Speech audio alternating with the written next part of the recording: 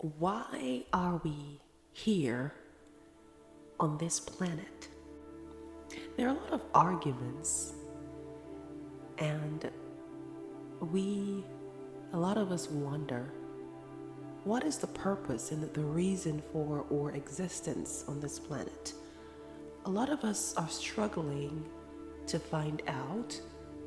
Some of us have given up on even trying to find out.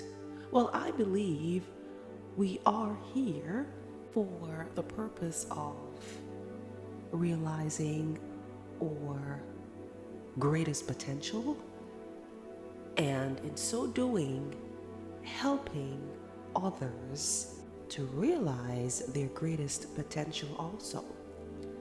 See, it's a matter of pouring into each other, pouring into ourselves, and by extension, pouring into each other, building ourselves up, and by extension, sharing what we have learned on our journey and from our experiences with other people. I believe that we are all connected more than we even realize, more than we even know. Think of it as your body. You have all the organs, all the extremities. If there's a part of your body that is defective, is broken, that is diseased, that is not well, the body may still be able to function, but will it be able to function at its optimum? Will it be able to function at the same level that it would had all the organs been intact, had all the organs been in tip-top shape?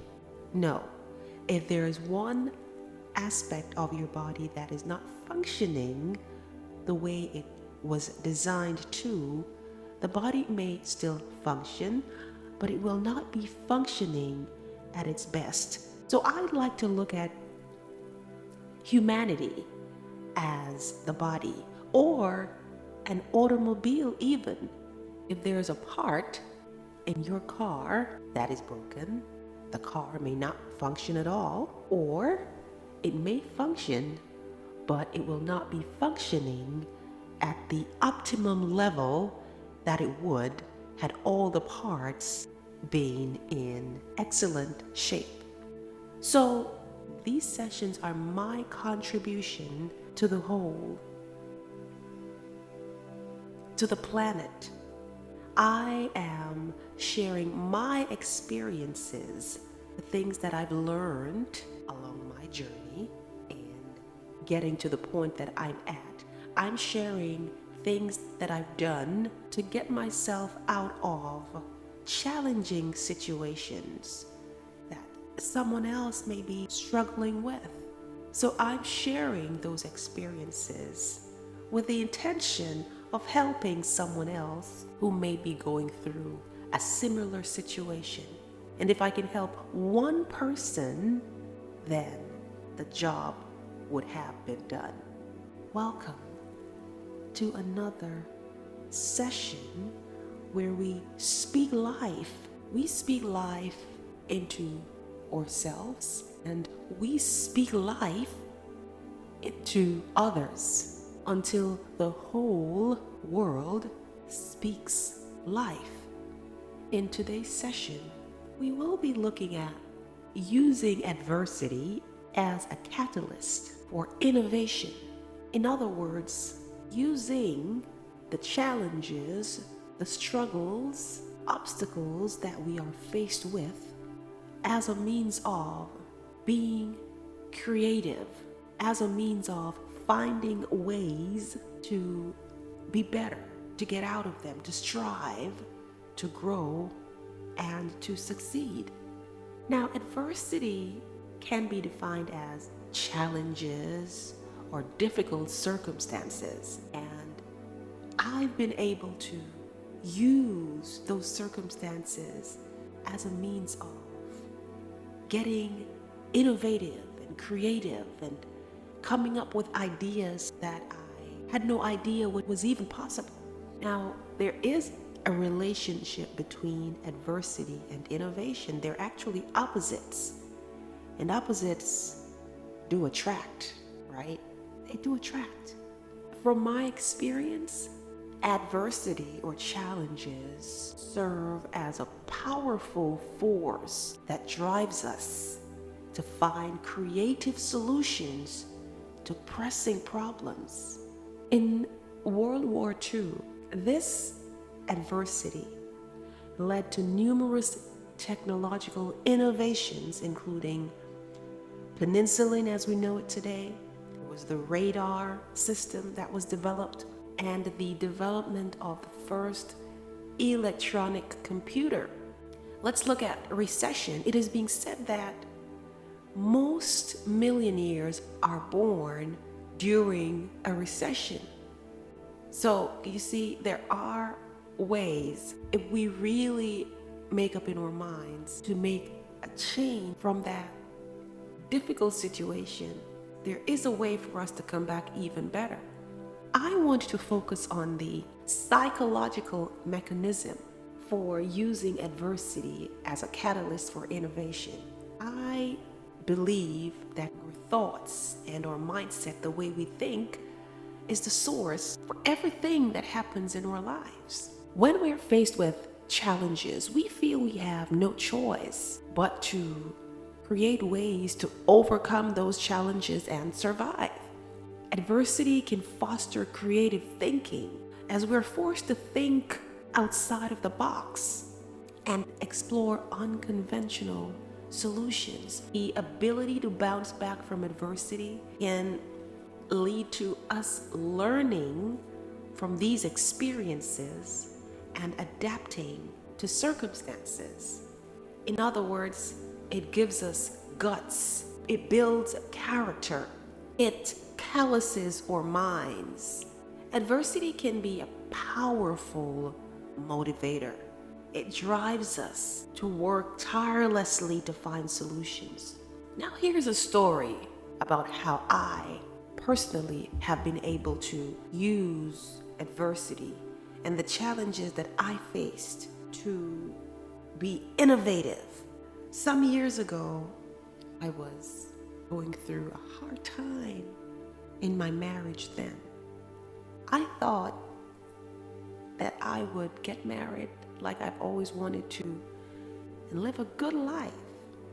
I grew up in a situation where I saw my grandparents being married for over 50 years, and in my mind they were living a good life, and that is what I aspired to do as well. But things didn't quite turn out the way I wanted. Things didn't quite turn out the way I planned. I was living in hell, physically, mentally, emotionally, financially, and spiritually. And on top of that, I had a young child. The level of abuse and ill treatment got so bad that I found myself in a home for women and children when my daughter was 6 months old. I had nothing. I had to flee the home with the clothes that we had on our backs. So here I am in this shelter, homeless, in fear for my life because there were threats being made toward me and my closest relatives. I felt alone. I was hurt. I was broken. I was disappointed. My world was crumbling in front of me. This is not what I envisioned, but this is what was happening. I had no job. I had no money, but I had a will. I had a fighting will.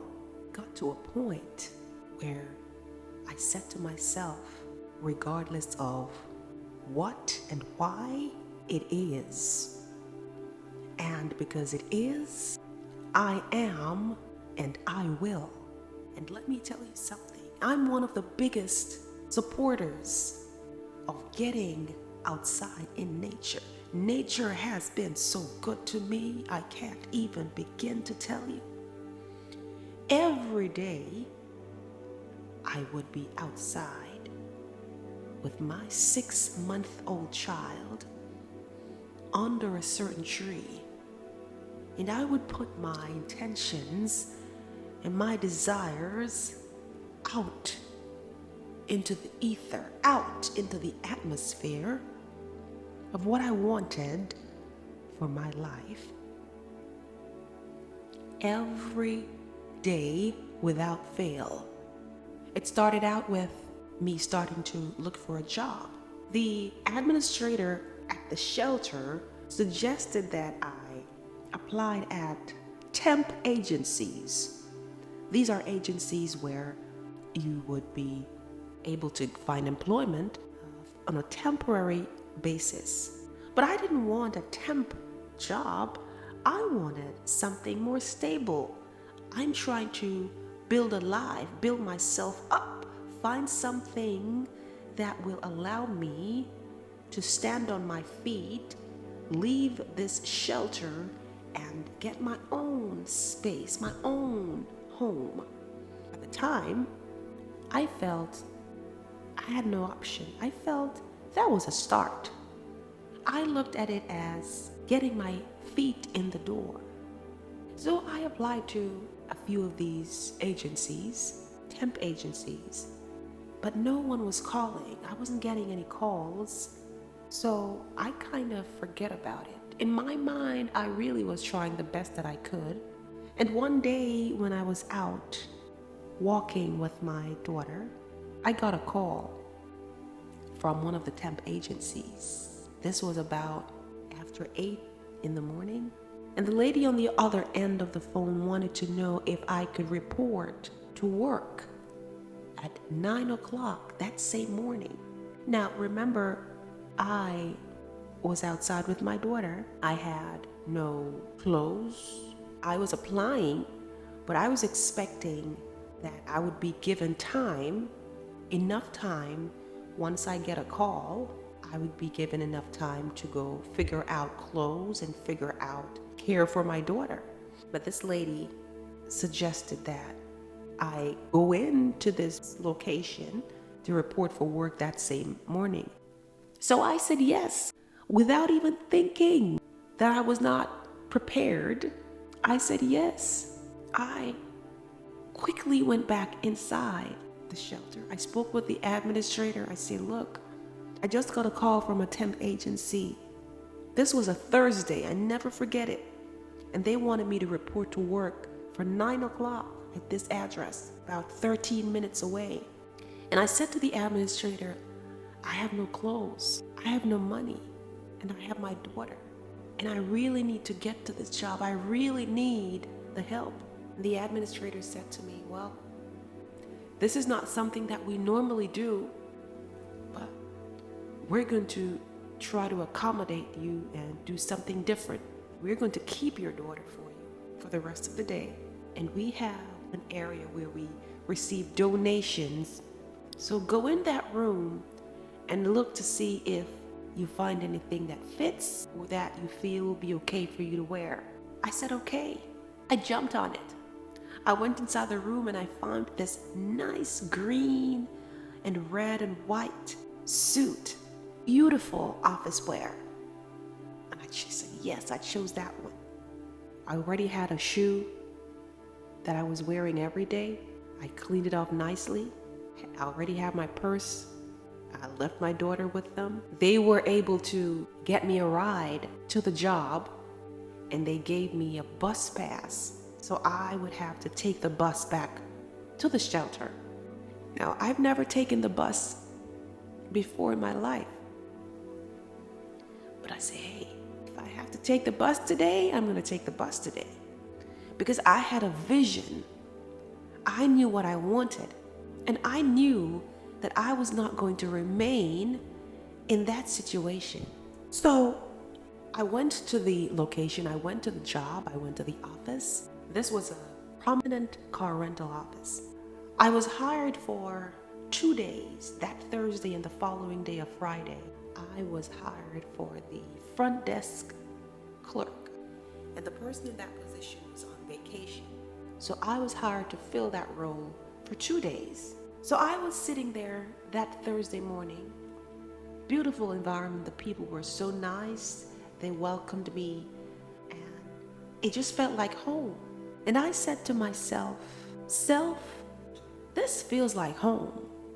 These people have been so nice to me. The building is beautiful. Nice wood furniture. This feels like somewhere I want to be. So I said to the lady that was helping me figure things out, who can I speak to about getting employed? And she said to me, you could speak to the talent acquisition manager. I said, who is the talent acquisition manager? She pointed me to her office. I said, can I just get up for a moment to go speak with her? I got up for a moment to go speak with the talent acquisition manager. I said, good morning, Miss Talent Acquisition Manager. I am the new temp employee. I've been hired for 2 days, today and tomorrow. But I would like you to know that I am someone that you would like in your organization. I would like you to know that I'm someone that your organization could benefit from keeping around long term. I come with a variety of skills. I come with a variety of qualifications. I have great attitude. I am willing and easy to learn. There must be something in this organization. This is a big organization now. There must be something that I can do to help this organization be even better than it is. She looked at me and she smiled and she said, wow, I've never had anyone come to me like this. There is someone who will be retiring next week. We have an accounting coordinator who will be retiring next week. If you give me your resume, I will be more than happy to fill you in. She said, I like you.